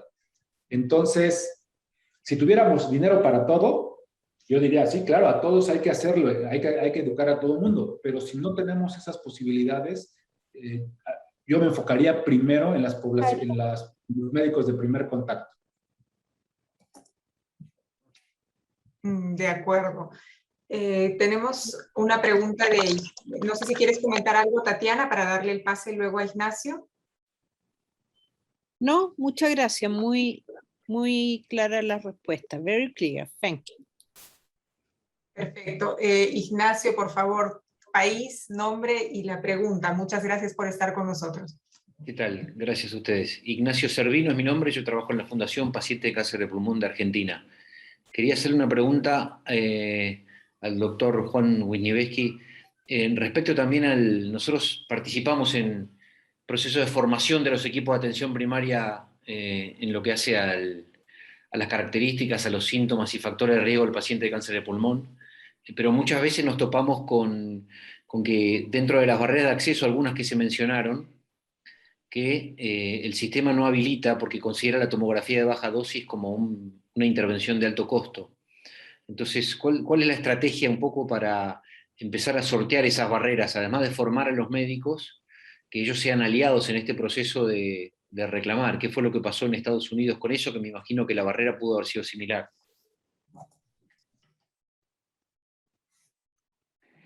Gracias por la pregunta. Estoy teniendo un poco de problemas de sonido por alguna razón y me perdí un poco de la comunicación. Me parece que lo que estaba hablando era un poco del tema del costo, qué es lo que se puede hacer para ayudar a los pacientes a solventar el costo. Doctor, repetimos la pregunta, no hay ningún problema. Ignacio, por favor, ¿puedes repetir la pregunta? Sí, gracias. Es bien puntual. Muchas veces nos encontramos con la barrera de que la tomografía de baja dosis es considerada una intervención de alto costo, entonces es poco el acceso que tienen los médicos de atención primaria para recomendar ese estudio. Entonces, ¿cuál fue un poquito la estrategia en Estados Unidos para ir pudiendo incrementar la cantidad de tomografías? Sí, muchas gracias. Ahora lo entiendo. Sí, es un problema que en cierta medida también se ha afrontado acá en los Estados Unidos.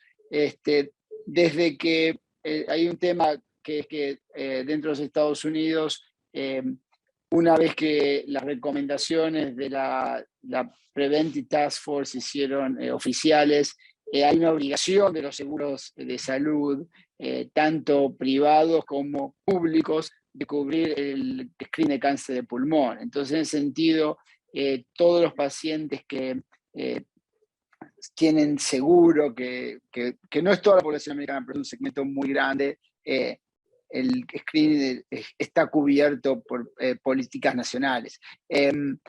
Sigue habiendo un subgrupo que no, y eso crea una barrera clara. Yo creo que yo creo que hay dos estrategias, de armar programas de screening que hacen que el costo-beneficio del screening sea mejor y eso facilita bajar los costos, sobre todo si se hace en forma a mayor número de pacientes.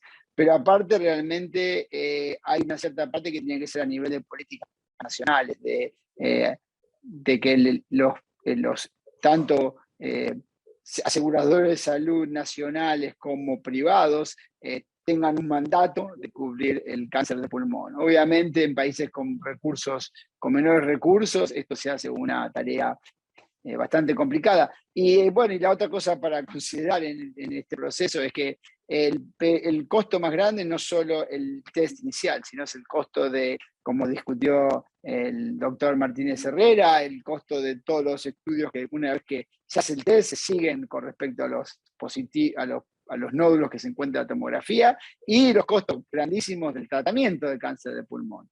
Así que yo creo que es un problema que ni siquiera está bien resuelto en los Estados Unidos, pero totalmente de acuerdo con usted que es una cosa crítica para lograr que haya una adopción y un beneficio de la población, sobre todo los más necesitados con respecto al cáncer de screening. Gracias. Gracias, doctor. ¿Alguna otra pregunta más, por favor?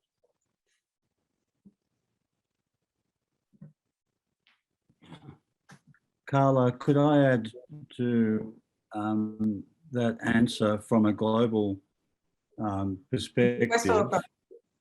Yeah.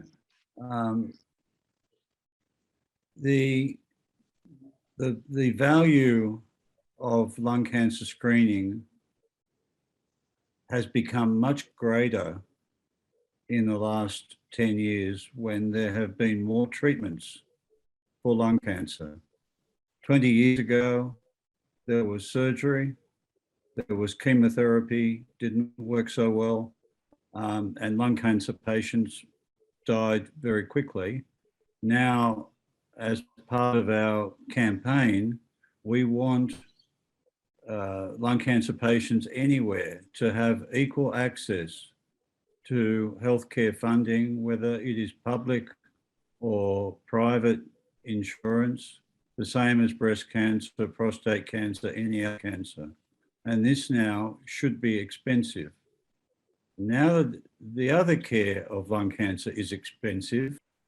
If the public is paying for the healthcare costs, or if private insurance is paying for the healthcare costs, lung cancer screening becomes much more economical. And so our broad campaign for screening must come in parallel with a broad campaign for access, equitable access to all forms of lung cancer treatment. Different countries have different economies, can afford different drugs. That's the reality. But in a country, no country should fund breast cancer, however important it is, better than they fund lung cancer. This is an equity issue. Gracias. Thank you, Dr. Peters. Y acerca del rol de los equipos multidisciplinarios en la detección del cáncer de pulmón, en la detección temprana, ¿cuál es la opinión global, doctor?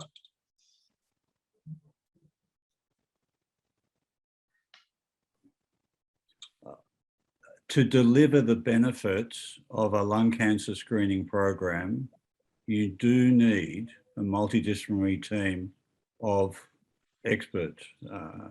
You need the radiologists, the X-ray doctors. You need interventional pulmonology to do, as was demonstrated, to do the right biopsies, to get the right answer. You need pathologists to tell you in time what the molecular characteristics of the tumor are. So at the least, you need surgeons, radiologists, and pulmonologists or proceduralists to make the diagnosis. That's the minimum. And good pathology, because some of these tumors can be quite early. That's the minimum. But and it is important to find the patients, to convince them that the screening program is good for them. And then at a simple level, that is the core of your team. Depending on other resources, expertise, others can of course be added, but I believe that's the core. De acuerdo. Hay un comentario de Ignacio nuevamente. Si quieres tomar la palabra, Ignacio, adelante. Sí, por favor. Muchas veces escuchamos que a veces los sistemas de salud encarecen el seguro de las personas cuando se reconocen como fumadores. Entonces, esto puede ser también como una barrera en el acceso al screening. La persona puede ocultar fumar. Eso no sé si particularmente entiendo que en Estados Unidos aumenta el costo de la cobertura cuando ellos se declaran fumadores. ¿Qué tipo de estrategia utilizaron para ese tipo de casos?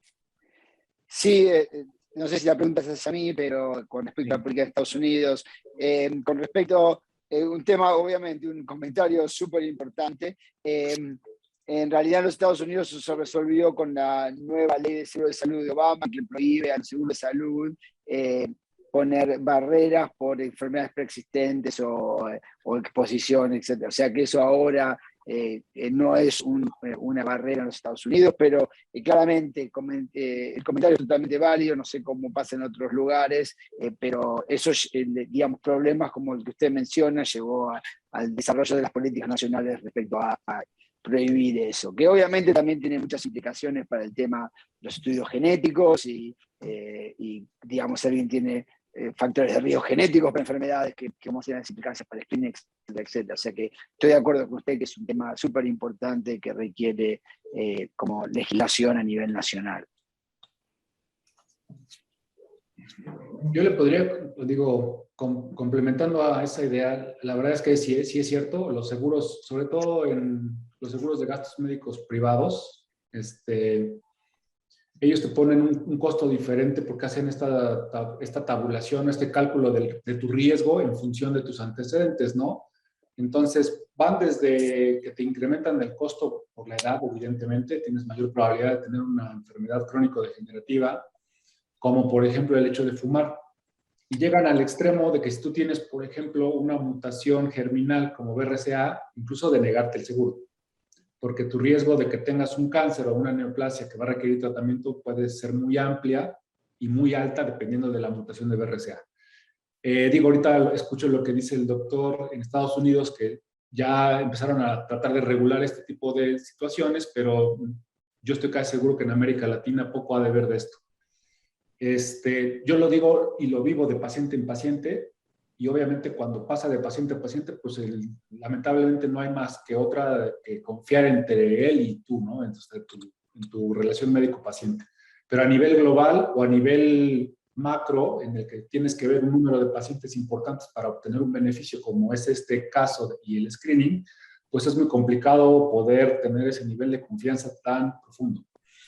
Ahora, ese es otro tema, el tema de la discriminación. El cáncer de pulmón, por siempre ha estado discriminado por el antecedente de tabaco, porque los estados y los sistemas de salud que tienen que hacer esta planeación de salud desde una perspectiva global y que tienen muchos problemas de salud que resolver, sobre todo los servicios de salud, de salubridad social, pues no lo dicen, no hay evidencia escrita, pero te van a decir, bueno, es una enfermedad que ellos se ocasionaron al fumar, a ellos les voy a invertir dinero versus otras enfermedades que no.